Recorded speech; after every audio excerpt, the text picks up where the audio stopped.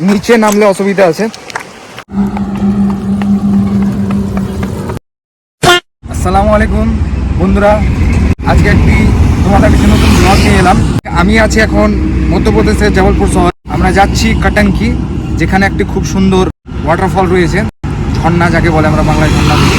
তো সেখানে আমরা যাব, তো সরাসরি তোমরা থাকো এবং ব্লগটিকে এখান থেকে এটা এনএইচ হয়ে যাওয়া যায়, সামনে চলে যায় মহারাষ্ট্রের নাগপুর। দেখেন লেখা আছে বোর্ডে নাগপুর। সাইড দিয়ে আমরা যাব কাটাঙ্কি, একটা ওয়াটারফল রয়েছে। ডান সাইড দিয়ে বাইপাস হয়ে আমরা যাব।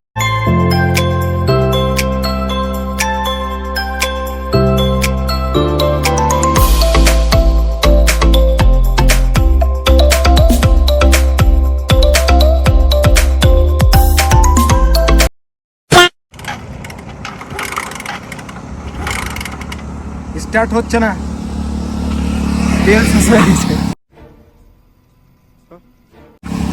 এখান থেকে পেট্রোল পাম্প, এইদিকে গেলে কমসে কম 4.5 কিলোমিটার, আর ওইদিকে গেলে 5 কিলোমিটার। এত দূর যেতে হবে পেট্রোল নিতে গেলে। কি করবো ওটাই ভাবছি। তোকে ঠেলতে হবে, আমি বসে থাকবো, তুই ঠেলবি, যাবো, ঠিক আছে? शाबाश बेटा, बहुत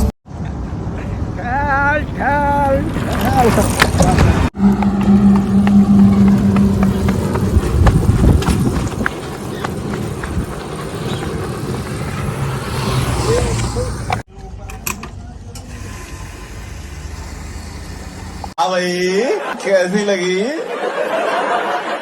জবলপুর থেকে কাটলি প্রায় 50 কিলোমিটার দূর। আমি কাটাঙ্কি অনেকবার গিয়েছি, সেখানে যে ওয়াটারফলটা রয়েছে সেই ওয়াটারফলটা আমি যাইনি। আমার এক বন্ধু বলেছিল সে গিয়েছে ওখানে, তো খুব সুন্দর নাকি জায়গা। চলো এই ঝর্ণাটাকে আমরা উপলব্ধি করবো। তো তোমরা থাকো আমার সাথে। এখানে এসে আমরা একটু থামবো, কারণ এই ব্রিজের ওপর থেকে এই ভিউটা দেখতে এত সুন্দর লাগে, কি বলবো তোমাদের। সত্যি এই জায়গাটা অসাধারণ, খুব সুন্দর জায়গা। এটা নদীটার নাম হচ্ছে হিরণ নদী, যেটাকে হিরণ নদী বলে।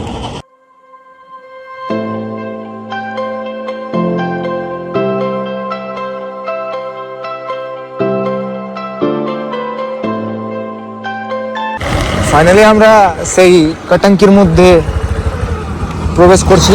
দেখো এখানে বোর্ডে লেখা আছে কাটাঙ্কি। আমাদের বাংলার রসগোল্লা যেমন পুরো ভারতের মধ্যে ফেমাস, তেমন মধ্যপ্রদেশের এই কাটাঙ্কি শহরের রসগোল্লা খুব ভালো হয়। আমরা এখন ব্রেকফাস্ট করিনি, তো রসগোল্লা দিয়ে ব্রেকফাস্ট করবো। রসগোল্লা রসগোল্লা রসগোল্লা রসগোল্লা রসগোল্লা খাবো। রসগোল্লা রসগোল্লা খাবে তো। কাটাঙ্কির দারগা,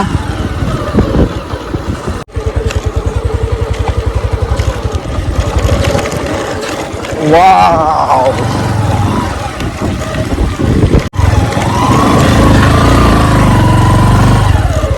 এখানে কাঁচা রাস্তা হয়ে যাচ্ছি আমরা প্রায় কাছাকাছি চলে এসেছি নিদান ফলের।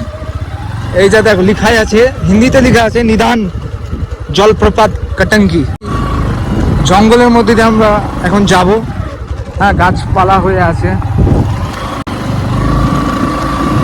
ভাই सामने कोई रखने की जगह है, गैरेज वैरेज कुछ है ना? শেষমেশ আমরা পৌঁছে গেছি। ওইটা দেখো, ওই দূরে দেখা যাচ্ছে। তো আমাদের এখানে এবার হেঁটে হেঁটে যেতে হবে সেই ঝর্ণার কাছে। দেখো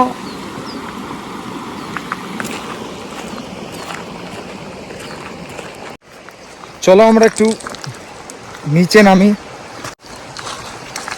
এখানে নামার অনুরোধ আছে কাছাকাছি, কিন্তু প্রপারভাবে সে নামলে অসুবিধা আছে।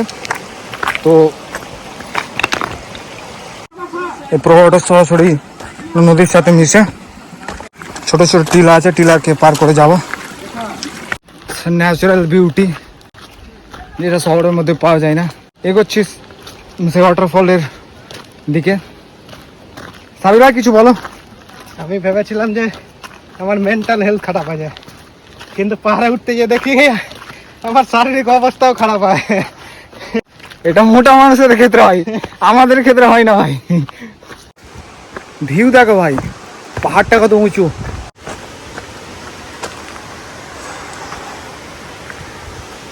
এটা একটা ছোট গুফা রয়েছে, কতটা একটা মনোরম পরিবেশ।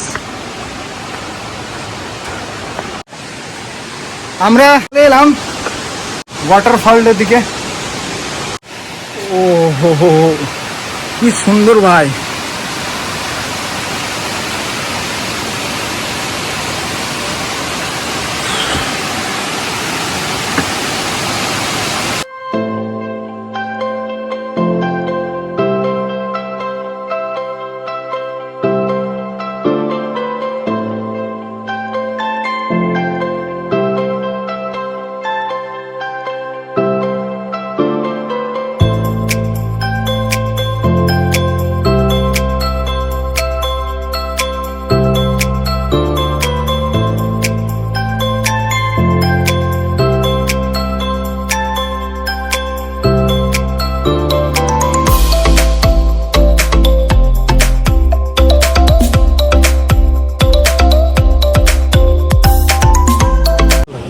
এখন লাঞ্চ করতে এলাম আমরা। এদিকে পাহাড়, পিছন দিকে পাহাড়, পাহাড়ের মধ্যে মিডিলে এই ধাবাটা রয়েছে, রাজপুত ধাবা। খুব সুন্দর খাবার পাওয়া যায় এখানে। আমরা মাঝে মধ্যে কোনো সময় যদি এখানে আসি তাহলে এই ধাবার মধ্যে খাবার খাই, খুব ভালো খাবার বানায়। তো এখন যাবো আমরা খাবার খেতে, আসো আর আমাদের সাথে ওকে, তোমরাও খেয়ে নাও। লাঞ্চের টাইম, তো আমরা লাঞ্চ করবো। লাঞ্চে অর্ডার দিয়েছিলাম সেও টমাটার, ডাল, রুটি। খুব ভালো লাগে খেতে, খুব ভালো মিক্সিং। সত্যি প্রকৃতির মজাই আলাদা। কোনো সময় পেলে তোমরাও ঘুরতে এসো কোনো জায়গা, মানসিকভাবে শান্তি পাওয়া যায় এই প্রকৃতির মাঝে। তাহলে আজকের মতো আমরা সমাপ্তি করলাম এখানেই। আবার কোনো নেক্সট ব্লগে দেখা হবে। সবাই ভালো থেকো।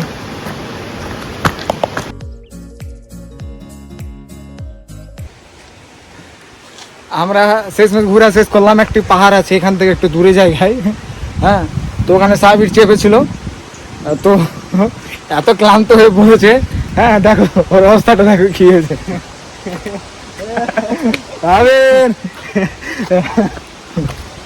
ঠিক আছে, আবার একটি কোনো ব্লগে দেখা হবে।